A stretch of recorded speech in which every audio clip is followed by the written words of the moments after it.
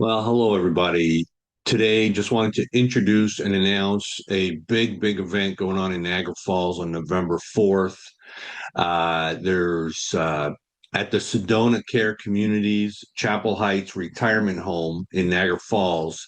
It's at McLeod and QEW, McLeod Road, QEW. There's going to be a senior art gallery opening, and I will be the featured guest speaker. The topic going to be estate planning seminar, a senior's guide.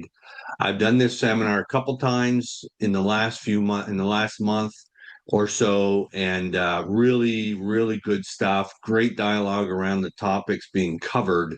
You'll want to be there. You'll note on the flyer here that there's a phone number you need to call to register. You can't just show up. If you need more information, you can call them as well. There's going to be lots of treats and refreshments. I had a tour of the facility, fantastic location in and of itself, but for the seminar, it's a great location, and you'll want to be there. That'll be well attended. So please book the opportunity, and I'd look forward to seeing you there.